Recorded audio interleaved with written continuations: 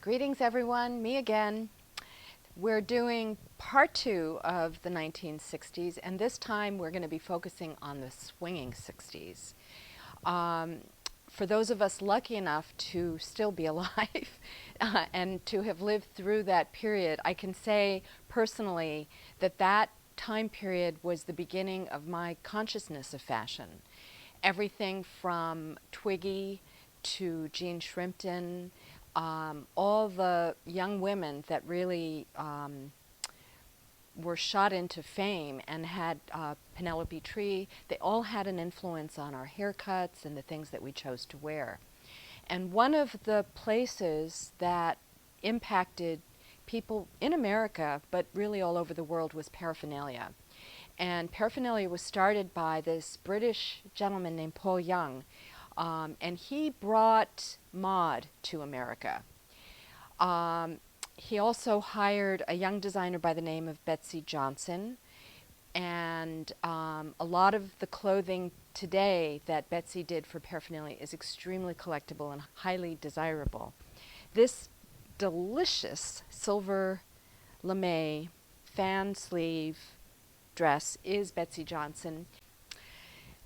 It's incredible when you think that Betsey Johnson is still a name that is on our minds, because she has been an active designer for well over 50 years.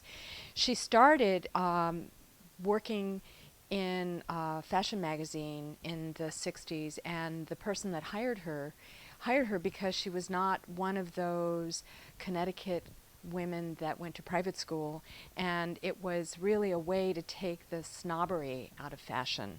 Her point of view was completely different than what had been presented in the past. And if you think about the high-profile celebrities from the day, Sharon Tate, I mean, I can think of a whole roster of people, but this is the kind of clothing that they would have worn. Also think about the musicians, Cher, the Supremes.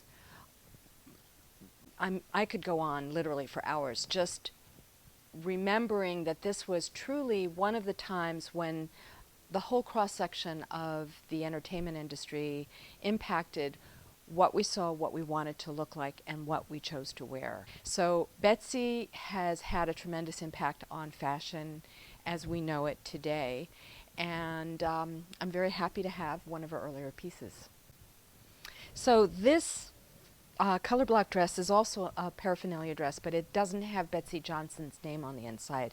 Don't know who designed this, but you can see how important the Youthquake movement was in determining the kind of styles that were put out back in the 60s. I distinctly remember in the 60s, I was living in Huntington, which is on the North Shore of Long Island, and I believe that there was a Paraphernalia store on Main Street in Huntington. And I can recall looking in the windows and just lusting after the items that were in there. Even in their low price points back then, it was a little too rich for my blood, but I can appreciate it now. One of the other things I wanted to bring out in the swinging 60s, and you can see that this dress was definitely meant to swing in, the use of metallic fabrics, either as lames or actual metallic finishes in vinyl or plastic. These two dresses are designed by a California designer named Mancini, which doesn't really have a tremendous amount of cachet on the resale level, but a lot of the designs from Mancini were, they transcend time. And I love these two because I bought them at different times, and I can totally see them on the stage with one of the incredible musical groups from that time period. The 60s was also a time when pop art and pop culture was infused into everyday life. Think about Andy Warhol and his series of things like the Campbell Soup painting, which we'll get to in a second. But this dress was a homemade dress, or is a homemade dress, from Little Orphan Annie comic strips. It's really indicative of a lot of the kind of campy things that were done. And in 1966, paper dresses became very mainstream in the States, and actually I know in England as well. This dress, which I think they made probably hundreds of thousands of them, was made by a company in North Carolina called the Wastebasket Boutique. And I love this one because it's never been worn. It was in its original packaging, and it carries on the whimsy that you see in a lot of the paper dresses. So it's not just whimsy in the paper dresses. Major fashion designers jumped on the bandwagon, like Ole Cassini and Paco Rabanne. And it was made with a fabric, treated cellulose, so it was non-flammable. And it has threads running through it, which guaranteed that shredding wouldn't occur when you wear them. There was a designer named Elsa Daggs who was quoted as saying it's perfect for the space age because when you go up in space, who's going to do the laundry, right? So multi-purpose.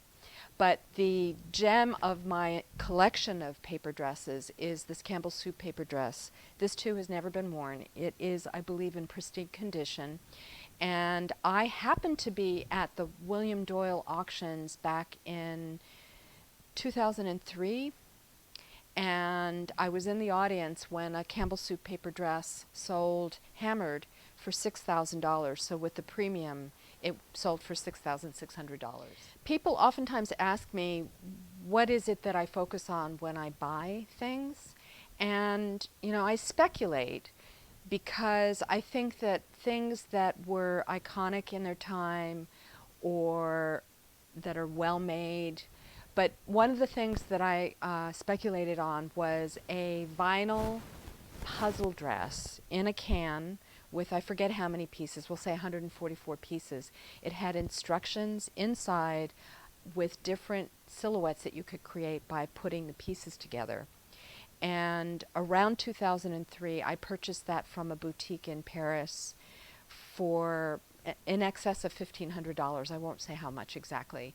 So that, I mean, for vinyl puzzle pieces, people, I know my father would have flipped out if he knew that I had done that. But I was able to turn that around almost immediately and sell it to a major museum because it was iconic, because it was whimsical. So, and that was part of this time period. So if you see things that are indicative of the playful spirit from that time, I would say if it's in good condition and you like it and it makes you smile, go for it. So one of the things that is so great, before I moved down to Los Angeles, I used to rent my clothes for film and television. And in preparing for this shoot of the 1960s, I managed to uncover a few things that I thought would be great for this episode. And what I uncovered was this vinyl hat with a clear visor and these go-go boots, which were used in Austin Powers 3 in the Carnaby scene. What this has is a hole tag, and for those of you not familiar with the industry, if there's any chance that they would need to reshoot a segment of the film or television production, in order to maintain continuity, they put hole tags on the garments so that they don't go out on another project and that the item would be accessible in the event that they need it. So a little bit of movie memorabilia here. So that's it for now, part 2 of the 1960s Swinging 60s episode. We look forward to seeing you in future episodes, and we're excited because we've gotten some really great suggestions from our audience. Some surprises coming up soon. So thank you very much for watching, and we'll see you next time. So I'm so excited because we are going to follow through with this new part of our YouTube channel, and that is show-offs. This week we have something very, very special. In the 1920s, there was this great fashion illustrator named John Held. He did a lot of magazine covers, And I happened to find a beautiful hand-painted, signed silk scarf. Oops, I've got it backwards. Silk scarf by John Held, and it's classic in terms of the kind of personalities that he draws, and I love this. I've seen other ones, but they have had, unfortunately, the rotting of the silks, which we call shattering.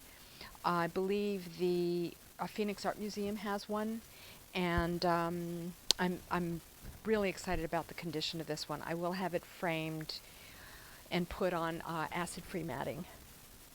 So that's my show off for the week.